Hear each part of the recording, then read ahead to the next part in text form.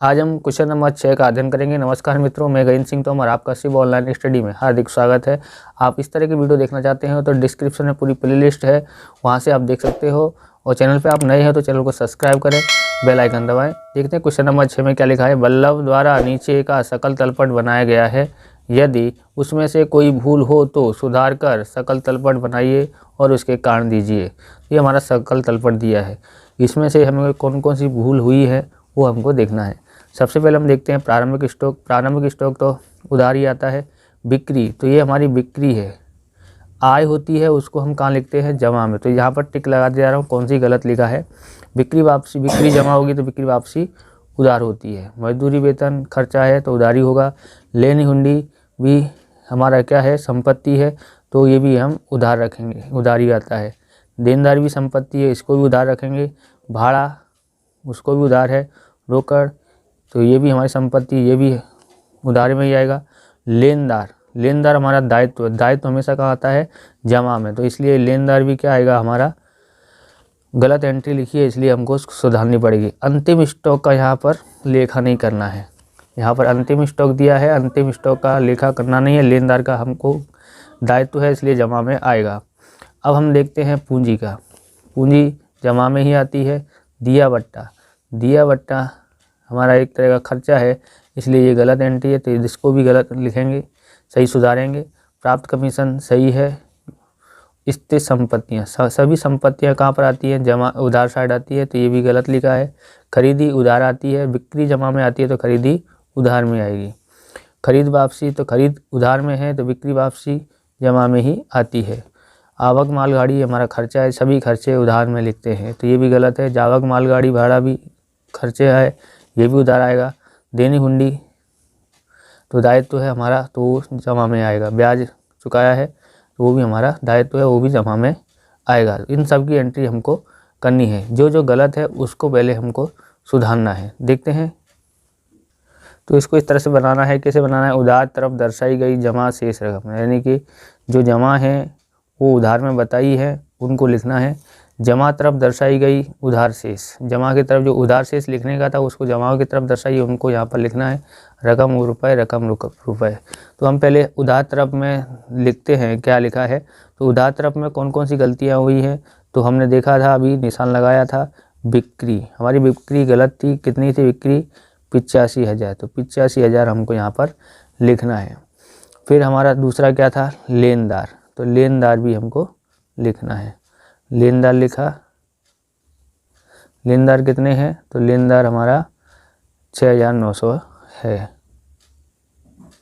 Okay, अब ये तो हो गई उधार तरफ जो गलत लिखी थी वो। अब जमा तरफ क्या क्या गलत लिखा था, तो पहला आया था दिया बट्टा, बट्टा गलत था। कितना था, 500। फिर हम लिखते हैं स्थिर संपत्ति, गलत थी, वो भी कहाँ आनी चाहिए थी, उधार साइड आनी चाहिए, लेकिन जमा तरफ लिखी है। 60,000 है। खरीदी लिखेंगे 45,000। फिर हमारा कौन गलत था, आवक माल गाड़ी भाड़ा, कितना है, 600। जावक माल गाड़ी भाड़ा, गाड़ी भाड़ा कितना है, 700 है। और चुकाया ब्याज भी गलत लिखा है। चुकाया ब्याज हमारा क्या है, खर्चा है, तो वो भी हमारे इधर आएगा। कितना है, 2,000। और दिया बट्टा, दिया बट्टा 500। इधर टोटल हम बार करके रखा है, कितना है टोटल होता है, तो टोटल करके देखते हैं। तो हमने टोटल किया है, इसका टोटल आया है 91,900 और इसका टोटल है 1,08,800 आया है। अब हमको क्या करना पड़ेगा इनका, तो इसमें जमा पक्ष का टोटल 1,08,000 है, जो उधार पक्ष का योग 91,900 है। अंतर जमा में पक्ष में से यानी 1,08,800 में से 91,000 घटाते हैं तो 16,900 अधिक हैं, इसलिए उपयुक्त दी गई सकल तलपट के जमा पक्ष में हम 16,000 घटाएंगे। जमा पक्ष में से 16,000 घटा देंगे और उधार पक्ष के योग में से 16,000 को हम प्लस कर देंगे। अब हम इसमें सकल तलपट बनाते हैं और देखते हैं क्या क्या एंट्री करेंगे। अब हम क्या करेंगे, यहाँ पर देखेंगे जिसके ऊपर निशान नहीं लगा है उनको हम पहले लिख लेंगे सकल तलपट के अंदर, फिर हम उसके बाद सुधार करेंगे। यहाँ पर देखना है, यहाँ पर ब्याज चुकाया है, ये भी गलत है हमारा, क्योंकि बाकी का जो दिया गया है तो सेम टू सेम हम जो निशान नहीं लगाया यानी कि जो गलत नहीं है उनको जैसा कि वैसा ही वैसा उधार वाले उधार में लिखेंगे, जमा वाले जमा में लिखेंगे। इस तरह से लिखते हैं। तो हम लिखना प्रारंभ करते हैं। सबसे पहले आएगा प्रारंभिक स्टॉक। प्रारंभिक स्टॉक कितना है, 5,000 है। फिर आएगा बिक्री वापसी 3,000। मजदूरी वेतन कितना है, 30,000। फिर लेनी हुंडी 7,000। किराया यानी कि भाड़ा कितना है, 9,000। और उसके बाद रोकड़ शेष। रोकड़ शेष है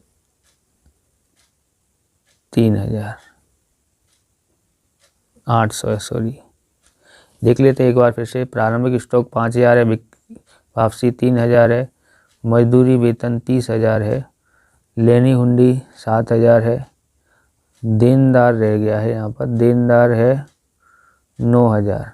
तो भाड़ा कितना है, 3,000। यहाँ गलती हुई है, यहाँ 3,000 आता है और यहाँ रोकड़ शेष 800 है।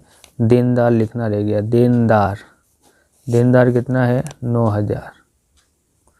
अब उधर साइड लिखते हैं जमा शेष में क्या क्या रह गया था। तो जमा शेष में रह गया है पूंजी सही था इसलिए पूंजी को लिखेंगे 60,000।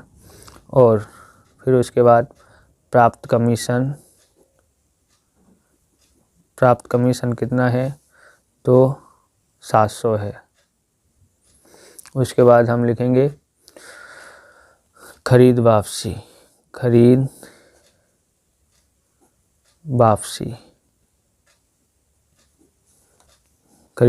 कितनी है, 2,000। फिर हम लिखेंगे क्या रह गया है, देनी हुंडी 12,000। अब हम देखते हैं, तो यहाँ पर आप देखेंगे ये हमारा दिया है सुधारा हुआ, तो इसको हम इन दोनों को हम जमा में लिखेंगे, बाकी को सेम टू सेम उतार देंगे उधार में। ओके, हमने क्या करेंगे, यहाँ पर जमा वाले, यहाँ पर उधार साइड लिखा है उसको जमा में लिखेंगे और जो जमा साइड लिखा है उसको उधार में लिखेंगे। तो यहाँ पर आ जाएगा बिक्री कितना है, 85,000। और लेनदार है 6,900। और इधर साइड हम देखेंगे क्या गलत जो था उसको लिखते हैं। दिया बट्टा 500, स्थिर संपत्ति 60,000, खरीदी 45,000, आवक माल गाड़ी भाड़ा कितना है, 600, जावक माल गाड़ी भाड़ा 700 है, चुकाया ब्याज कितना है, 2,000, दिया बट्टा है 500। अभी इसका यहाँ पर टोटल कर देते हैं।